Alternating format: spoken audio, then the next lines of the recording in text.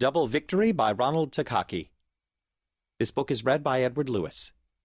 The book is subtitled A Multicultural History of America in World War II. Chapter 1. Introduction. A Different Memory. World War II has been a part of my memory for most of my life. On that Sunday morning of December 7, 1941, my family was living only 10 miles from Pearl Harbor. Fragments of my childhood recollections remain vivid.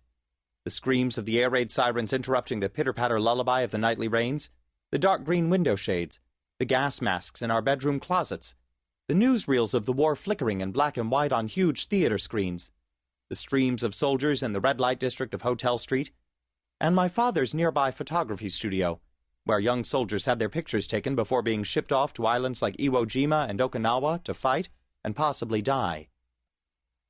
Finally, over the radio came the news of the end of the war.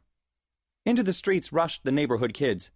Japanese, Chinese, Filipino, Portuguese, Korean, and Hawaiian, all of us jumping joyously, shouting, "We won the war! We won the war!"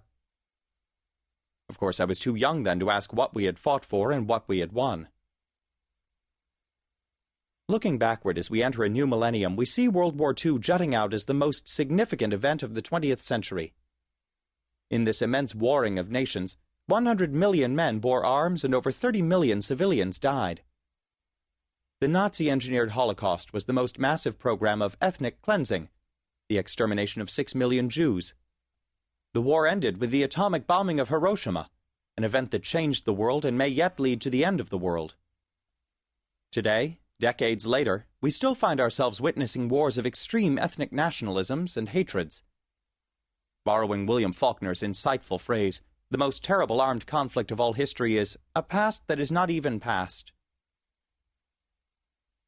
Our memory of World War II continually contours the cultural landscape of our identity as Americans, who we are and what our nation stands for.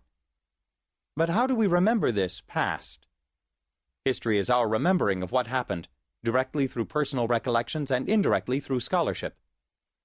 For the study of World War II, whose stories will we retell? The history of the war has been told through the lives of our nation's military and political leaders, or through the battlefield actions and heroism of American soldiers of European ancestry, or through the experiences of a specific minority such as African Americans or Japanese Americans. This narrative offers a different memory. While powerful policymakers like Franklin D. Roosevelt and Harry S. Truman are studied, ordinary men and women from America's minority communities are given special focus. History is told from the bottom up, through the lives of everyday Americans. Joseph Kurihara as he angrily stared at the barbed wire fence of an internment camp for Japanese Americans. Fred Smith as he joined the all-black Tuskegee Squadron because he wanted to fly and fight for freedom. Mexican-American Alex Ramondia as he enlisted with his Jewish friends in order to show that they were more American than the Anglos. Snohomish Indian Harriet Shelton Williams as she worked on the assembly lines of Boeing aircraft in Washington, and Jewish-American soldier Murray Shapiro as he rode home from somewhere in Germany to say he was knocking on Hitler's doorstep. Indeed, these people of multicultural America are worthy of study as subjects with names, minds, wills, and voices, what Walt Whitman called the varied carols of America.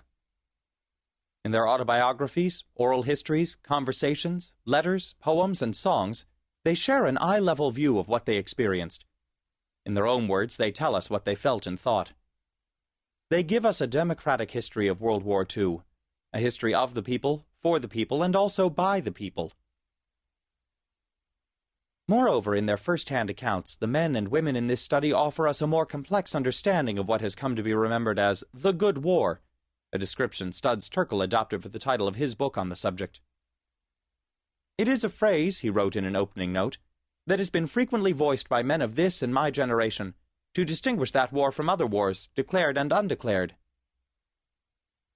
Always alert for the contradictory and the oxymoronic, Terkel explained that he had added quotation marks around the phrase, not as a matter of caprice or editorial comment, but simply because the adjective good mated to the noun war was so incongruous. But the good war also had a different incongruity. The fervent defense of freedom was accompanied by a hypocritical disregard for our nation's declaration that all men are created equal. The arsenal of democracy was not democratic. Defense jobs were not open to all regardless of race. The war against Nazi Germany was fought with a Jim Crow army.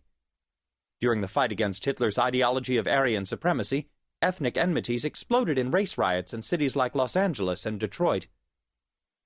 The president who led the fight for freedom also signed Executive Order 9066 for the evacuation and internment of 120,000 Japanese Americans without due process of law. Proudly displaying the Statue of Liberty, our nation of immigrants turned away Jewish refugees fleeing Nazi terror. Founded on the self-evident truth of the unalienable right of every individual to life, the U.S. government dropped the atomic bomb on Hiroshima, killing tens of thousands of civilians, most of them women and children. During the Good War, criticism of this incongruity came from intellectuals. Pearl Buck warned in American Unity and Asia that Japan was trumpeting the charge that there was no basis for hope that colored people in Asia could expect justice from the people who rule in the United States, namely the white people. Buck listed the injustices. Every lynching, every race riot, gives joy to Japan. The discriminations of the American Army and Navy and Air Forces against colored soldiers and sailors, the exclusion of colored labor in our defense industries and trade unions, all our social discriminations, are of the greatest aid to our enemy in Asia, Japan. Similarly, in The Races of Mankind, Ruth Benedict argued that Hitler's anti-Semitism required Americans to challenge their own racism in order to stand unashamed before the Nazis and condemn, without confusion, their doctrines of a master race. From the grassroots came struggles to confront the incongruity between our professed principles and our practiced prejudices.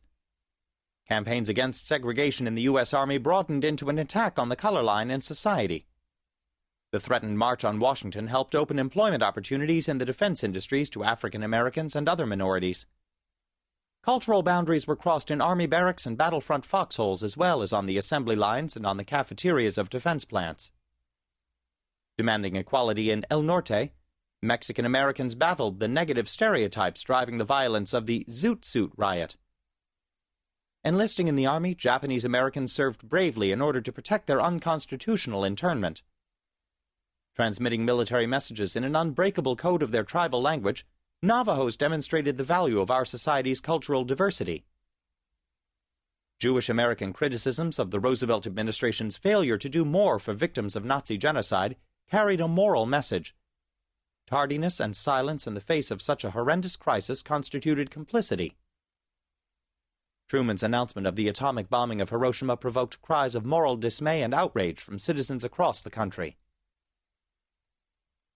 Demanding inclusion in the democracy they were defending, the vast, surging, hopeful people of America's diverse communities left the tenements of the Lower East Side, the sharecropping farms of Mississippi, the ghettos of Harlem and South Side Chicago, the Chinatowns of California and New York, the barrios of the Southwest, the reservations of Arizona and New Mexico, and the sugar plantations of Hawaii. Roosevelt's war for the four freedoms, freedom of speech, freedom of worship, freedom from want, and freedom from fear, became for them what black intellectual leader W.E.B. Du Bois called the war for racial equality. Unlike the workers of the world on board Herman Melville's Pequod, these Americans of varied races and ethnicities were actors in history, determined to challenge their Ahabs, their leaders and policymakers, and make decisions to chart the destiny of their lives, communities, and nation. They insisted that America live up to its ideals and founding principles. From below deck, they went to war not only for victory over fascism abroad, but also for victory over prejudice at home. In their struggle, they stirred a rising wind of diversity's discontent, unfurling a hopeful vision of America as a multicultural democracy.